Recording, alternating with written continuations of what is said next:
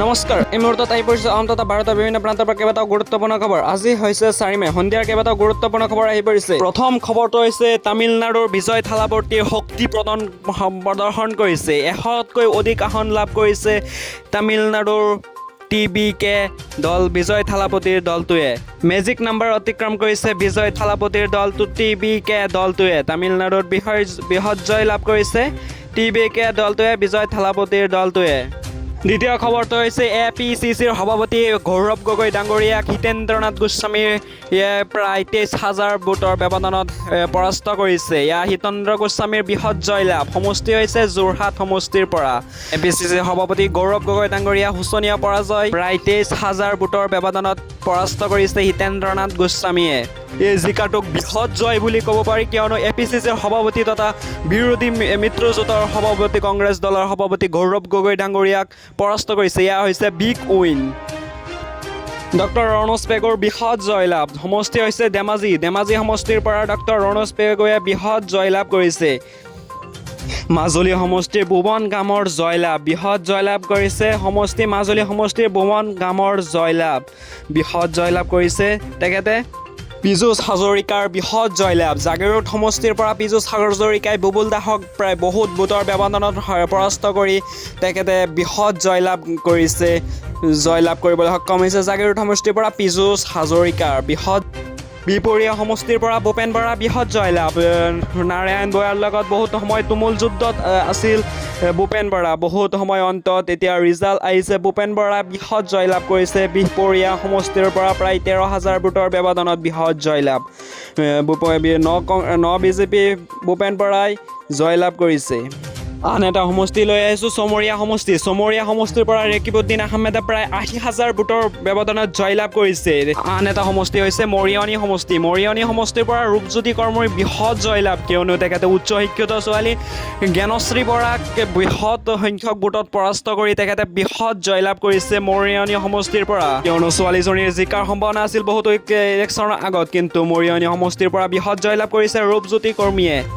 আন এটা সমষ্টি হৈছে বোকাঘাট সমষ্টিৰ পৰা AJPৰ প্ৰাৰ্থী অতুল বৰা বৃহৎ জয়লাভ। বোকাঘাট সমষ্টিৰ পৰা AJPৰ প্ৰাৰ্থী অতুল বৰাই বৃহৎ সংখ্যক ভোটৰ ব্যৱধানত জয়লাভ কৰিছে। আন এটা সমষ্টি হৈছে মন্দিয়া সমষ্টিত TMCৰ প্ৰাৰ্থী চেয়াৰমান আলীৰ বৃহৎ জয়লাভ। সমষ্টিৰ নাম হৈছে মন্দিয়া সমষ্টিৰ পৰা চেয়াৰমান আলীয়ে আব্দুল খালেক, কংগ্ৰেছৰ প্ৰাৰ্থী আব্দুল খালেক আৰু UDFৰ প্ৰাৰ্থী ৰফিকুল ইছলামক পৰাস্ত কৰি তেখেতে বৃহৎ সংখ্যক ভোটৰ ব্যৱধানত জয়লাভ কৰিছে। আন এটা চৰ্চিত সমষ্টি হৈছে চামগুৰি সমষ্টি। চামগুৰি সমষ্টিৰ পৰা কংগ্ৰেছৰ প্ৰাৰ্থী তানজিল হুছেইনৰ বৃহৎ জয়লাভ। প্ৰায় 1,10,000 ভোটৰ ব্যৱধানত জয়লাভ কৰিবলৈ সক্ষম হৈছে চামগুৰি প্ৰাৰ্থী তানজিল হুছেইনে। ৰকিবুলৰ পুত্ৰ তানজিল হুছেইনে প্ৰায় 1,10,000তকৈ অধিক ভোটৰ ব্যৱধানত জয়লাভ কৰিবলৈ সক্ষম হৈছে। BJPৰ প্ৰাৰ্থী অনিল শইকীয়াক বৃহৎ ভোটৰ ব্যৱধানত পৰাস্ত কৰিবলৈ সক্ষম হৈছে চামগুৰি প্ৰাৰ্থী তানজিল হুছেইনে। BJPয়ে প্ৰায় 82খন আসনত অগ্ৰগতি আৰু কংগ্ৰেছে 19খন, BPFে 10খন, AJPয়ে 10খন, UDFে 2খন, ৰাইজৰ দলে 2খন আৰু তৃণমূল কংগ্ৰেছে 1খন। ইতিমধ্যে প্ৰায় 58টা সমষ্টিত জয়লাভ কৰিবলৈ সক্ষম হৈছে ভাৰতীয় জনতা পাৰ্টি, আৰু কংগ্ৰেছ দলে মাত্ৰ 3টা সমষ্টিত জয়লাভ কৰিবলৈ সক্ষম হৈছে আৰু লিড লৈ আছে আপোনাৰ 16খন আসনত লিড লৈ আছে, আৰু ভাৰতীয় জনতা পাৰ্টীয়ে 24খন আসনত লিড লৈ আছে, আৰু বড়োলেণ্ড পিপলছ ফ্ৰণ্ট অৰ্থাৎ BPFে 6খন আসনত জয়লাভ কৰিছে ইতিমধ্যে, আৰু 4খন আসনত লিড লৈ আছে, অগ্ৰগতি লাভ কৰি আছে। অসম গণ পৰিষদে 3খন আসনত জয়লাভ কৰিছে আৰু 7খন আসনত অগ্ৰগতি লাভ কৰি আছে। UDFে 1খন আসনত জয়লাভ কৰিছে আৰু 1খন আসনত অগ্ৰগতি লাভ কৰি আছে। ৰাইজৰ দলে 1খন আসনত জয়লাভ কৰিছে আৰু 1খন আসনত অগ্ৰগতি লাভ কৰি আছে। আৰু আন এটা চৰ্চিত সমষ্টি আছিল চেণ্ট্ৰেল গুৱাহাটী। মধ্য গুৱাহাটীৰ পৰা বিজয় কুমাৰ গুপ্তাই প্ৰায় 61,921টা ভোটৰ ব্যৱধানত জয়লাভ কৰিছে। কুংকি চৌধুৰীৰ প্ৰায় 61,921টা ভোটৰ ব্যৱধানত পৰাস্ত কৰিছে, কিয়নো ইয়াত কুংকি চৌধুৰী জিকাৰ সম্ভাৱনাটো বেছি আছিল, কিয়নো ZG বুলি তেখেতক মন্তব্য কৰিছিল বুলি তেখেতক প্ৰায় 61,921টা ভোটৰ ব্যৱধানত পৰাস্ত কৰিছে।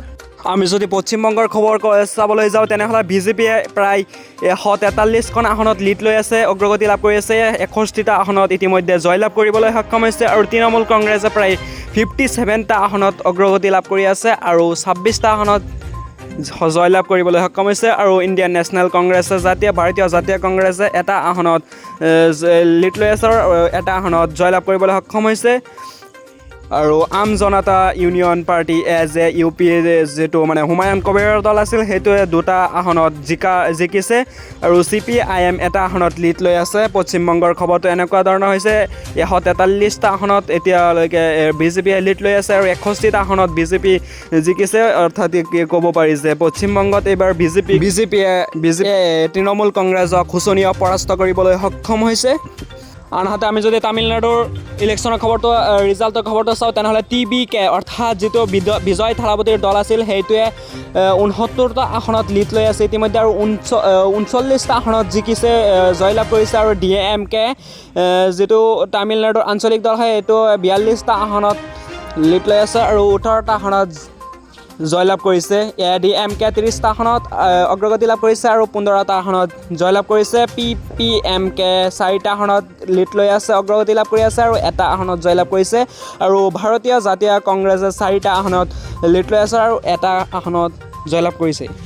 মুঠৰ ওপৰত তামিলনাডুত বিজয় থালাপতিৰ দল অৰ্থাৎ TBK দলটোৱে বিজয় লাভ কৰিবলৈ সক্ষম হৈছে। ইয়াত তামিলনাডুত নিশ্চিতভাৱে হৈ গৈছে যে TBK দলটোৱে জয়লাভ কৰিব বুলি।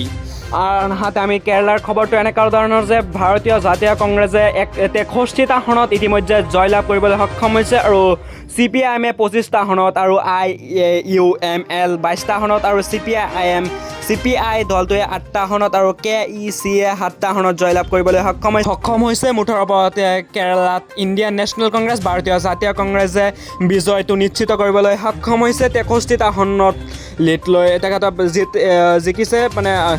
চ' এনেকুৱা ধৰণৰ খবৰসমূহ নিতৌ পাবলৈ চেনেলটো ছাবস্ক্ৰাইব কৰি ভিডিঅ'টো এটা লাইক কৰি দিব। ধন্যবাদ।